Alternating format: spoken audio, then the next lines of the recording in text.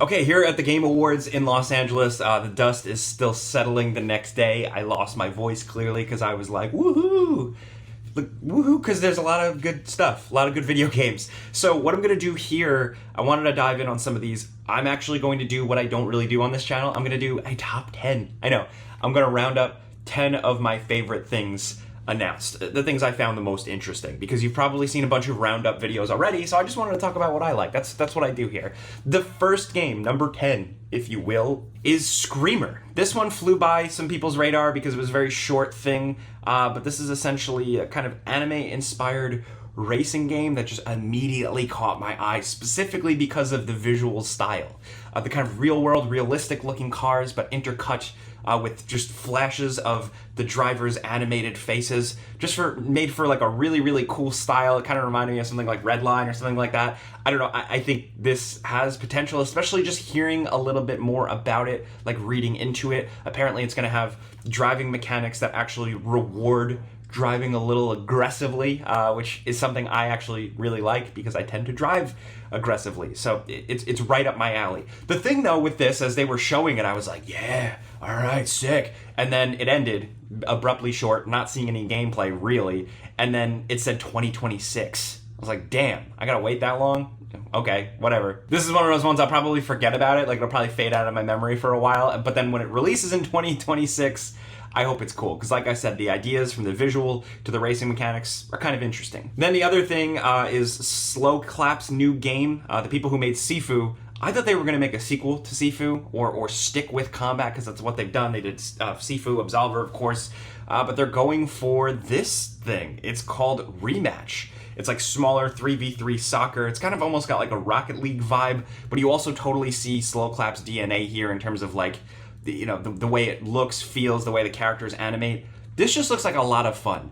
And I say that as somebody who doesn't watch or play soccer, football. I'm not really a sports guy, but I do like creative spins on things. And back in the day, I really liked NBA Street, NFL Street, stuff like that. So this looks like that could scratch that itch because it's arcadey, it's different, it's fun. I could have used more Sifu or more combat games from them, but as a fan of that studio now, like I will definitely be giving this a try. Next up is Thick as Thieves. This has been in the works for a long time. This is legendary developer Warren Spector's new game, who, it's been a while since he's gotten like a project like this fully up and going, but this was revealed during the pre-show, so some people might have missed it. But this trailer really got me going. I don't know if it was like the Jane's Addiction needle drop or just the concept. It's like a multiplayer immersive sim game. Now, I know some people are like kind of cynical to that stuff, but this trailer actually reminded me of like the early days or the early promise of what Redfall could have been, with Arcane kind of doing their immersive sim pedigree on a multiplayer level. This looks like a version of that could actually work out, hopefully, if they pull it off, especially with the heist mechanics, but also just the look, design, and feel of the world, the kind of mix of old-timey and new technology. Just creative enough. Some of the character designs looked a little generic, but I would really like to play a more classic style, stealth-focused, immersive sim game. And yeah, sure, I'll try it with friends. My first choice isn't for this to be a multiplayer thing, but I just genuinely really want to see if this style of gameplay, this mechanic, can really actually be ported over to multiplayer. Because even some of the scenarios they showed looked very single player, looked very structured, normal, real, tailored, immersive sim. So there's a lot of potential here. Also, some of the things I really liked, some of the announcements here were just things I did not see coming at all. And one of them is a bizarre one. It's Turok Origins. This is weird. This is just like a third person, like kind of action multiplayer looking Turok, like a co-op thing. Is this what I wanted from Turok? Not exactly, but like I said in the Game Ranks video, if you watch that, I'm just happy that Turok is back. The reveal was cool, the character designs looked really awesome, and I just hope it's gory and nasty and gross, and if they can make it feel kind of 90s, I'd also be really happy with that, like 90s grimy. But for now, we'll see. I mean, I know Turok has the first-person origins, and I love them, but I also really love me a third-person shooter, so maybe this will work out for me personally. Hey, now before we keep going, we gotta talk about the sponsor of today's video, Vessi. Now, I am, of course, as you can see here, traveling, and Vessi is the dependable, comfortable footwear we've been recommending for a long time, and they come with me wherever I go. I have them right over here in my bag, and part of the thing with Vessi is, yes, not only they're comfortable, they're stylish, bunch of different shapes, colors, sizes for every type of person, every type of need, but the fact that they're waterproof. So you kind of have like this really cool freedom. I throw these into my bag and I came here and traveled to LA. I can wear them on the street, in the city, no problem. But then I can just go back home to rainy, snowy, nasty New York and get them totally trashed and be totally fine.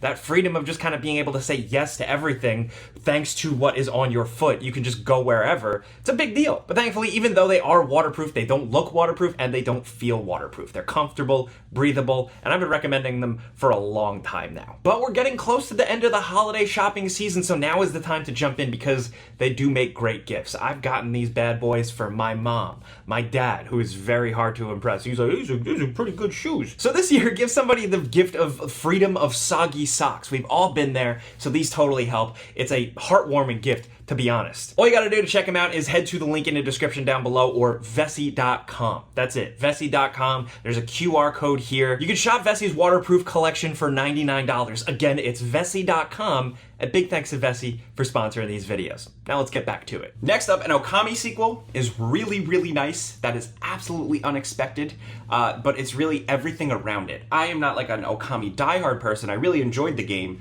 but for me, it's all the other implications around it. The fact that Hideki Kamiya is back. Of course, he left Platinum. You know, he drove off in his Corvette or his Ferrari or whatever into the sunset.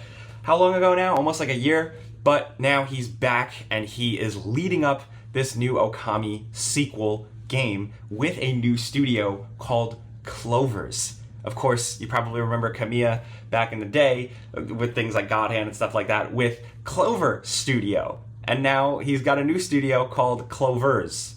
That is insane. That to me is like the biggest troll, or like what the British folks call a piss take.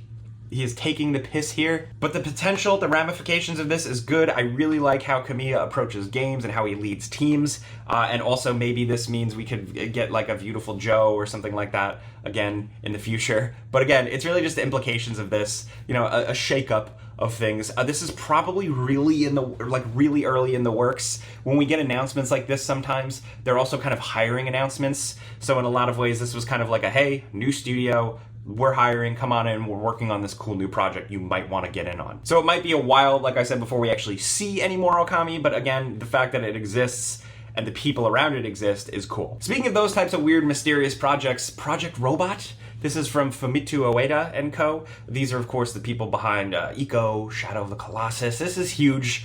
I'm glad that they're out here making another thing. This is a team up with Epic on the publishing side, and the glimpse we got was super small, but I like that they played to their strengths. They showed, you know, recognizable stuff that people know from these games. Little guy climbing up a thing, weird atmosphere, but also the fact that they're doing like a mech robotic thing is even cooler. I am really curious to see how far along this project actually is, because famously, especially with their last one, these projects notoriously take a really long time. I'm happy to wait. I think they've crafted some of the best game experiences I've ever seen. So yeah, but like again, it's a really good Game Awards because we're getting things like this, just little confirmations that things like this are in the pipeline. Also, I was in the audience for the Game Awards. I almost missed this. I had to go to the bathroom, but as I was walking back from the bathroom, I almost tripped in the aisle because they announced Onimusha Way of the Sword. I did not expect this, and you guys on this channel, we've talked about Onimusha a lot. I did in a Q&A video a couple months back, somebody was like, hey, do you think Capcom's ever gonna really bring back Onimusha? And I was like, I don't know. I know they kind of did that HD re-release of the first game a few years back, but that was it. But here they are. Capcom is still happy to bring back old IP. We didn't see anything from Resident Evil this year, which I was really surprised, but seeing Samanosuke and seeing him using the Demon Gauntlet and like absorbing the souls, I was like, holy shit, like a direct callback to the original. This is very cool. I'm like fanboying out a little bit here, but for me, it's moments like you see me smiling. It's moments like these, the Game Awards, like watching these things, watching these streams. It's stuff like this. I'm really excited about this. Unless, what if they make it like a live service game? What if they make it an Onimusha Battle Royale? I'm kidding, I'm being cynical. Anyway. The Witcher 4. We got our first look at that. A really incredible trailer. I like the Witcher, like, atmospheric stage setting trailers, the cinematic trailers. They're great. Really could have used gameplay here, but damn. This is Ciri, canonically a Witcher now. They went with that ending, and she is doing Witcher stuff. It's got all the hallmarks, like I said in the Game Ranks video, it's like, going to a village, tracking a monster, there's tragedy, there's blood, there's gore, there's potions, there's swords. I really kind of am surprised just how, like, straightforward it is. It is very much like, it's more Witcher, but now it's just replace Geralt with Ciri, like, to the point where she's even, like, wearing the similar style armor. But there's a lot with this one. They did say it's their biggest game yet. They said bigger and better, and I quote, it's CD Projekt Red, and of course they had the whole issues with Cyberpunk back in the day, but I am excited. I always get excited about Witcher things. I've been playing since 2, and I really am gonna miss Geralt as the main character, I'll be totally honest. But when we were like speculating about this game and it was coming down to creating your own Witcher character or playing as someone else, I think I'd rather take Ciri than creating my own character, because she has all this history, she has this connection with Geralt, and we've spent so much time with her that we do know her as a character, so I'm confident that this will be pretty cool, in the future. We'll see. I am actually really excited because I get to interview some of the folks behind this game, like the director and stuff like that, so check out the podcast I do, the Friends Per Second podcast, because we're going to see what we can get out of them. I don't know how much we're going to get out of them, but we'll try. Then there was Mafia: The Old Country, which is exactly what I expected. I'm happy to get a glimpse at this game. I really could have used gameplay at this point because it is coming in 2025, but it is just exactly what I wanted. I love The Godfather Part 2, and I specifically love, all the flashback sequences in Sicily with a young Vito. All that stuff is incredible. So to essentially have a game capturing that vibe, that feel, but also doing its own thing, I think there's a lot of potential here, especially like these action sequences we've seen in old ruins, and also car chases, but car chases with horses and old 1920s, 1910s cars. There's a lot of aspects of this that can be incredibly unique. The main character, or at least who seems to be the main character, looks like young, compelling, very handsome, but it's everything around him. It's like the clear mafia boss and all the associates, that there's this air of real, almost spooky tension, very unnerving power dynamics. So that's where I think the game's storytelling can be really unique. And I do hope they drill into that stuff. But also, just to explore that type of world is something we haven't seen in a game before. So yes, if you can't tell, I am jonesing for this one, man. And last but certainly not least, number 1 on my list, I'm biased because I really, really liked It Takes Two. I really liked A Way Out. I like Haze Light's games. Their new one, Split Fiction, has a lot of potential. First of all, I'm glad it has a March release date, so it's coming soon. I don't even have to wait. But when I first saw this trailer, at first I wasn't really too into it. I don't know, the two main characters looked a little generic, and I was like, I don't know about this one. Especially going for real, kind of lifelike characters. I wasn't feeling it, but then the more it opened up and they showed gameplay, and they showed all the different gameplay scenarios changing up constantly, and then also the world switching between sci-fi and weird fantasy and comedy and action. I was by the end of that trailer, I was so fucking on board. You won't believe. Again, I really liked It Takes Two. I think they really do some incredible things, some really fun, engaging storytelling, that they also actually think about how it is to play with two people together. So this seems like a tailor-made thing for them. It just makes sense. And I really hope they stick the landing, because some of the stuff from It Takes Two, for me the ending kind of came up a little bit abruptly, so I'm really hoping they nail it. But either way, this looks fun to play, really ambitious. And I did talk to some people behind the scenes here at the Game Awards who have gotten their hands on some small demo versions of it, and apparently it is as fucking awesome as it looks. So those are the 10 things I enjoyed the most. My favorite announcements. I do have some bonus ones I have to squeeze in. The first is Shadow Labyrinth. This is like a Pac-Man game reimagined. This is also kind of based off of the Secret Level Amazon TV show sequence thing, kind of based on Pac-Man. I don't know, with this I'm just like, I have so many questions. Mostly, what were they smoking when they came up with this idea? It's so weird, it's so silly. It's kind of like when they tried to make Bomberman grimdark for a second. Was it Bomberman Act Zero?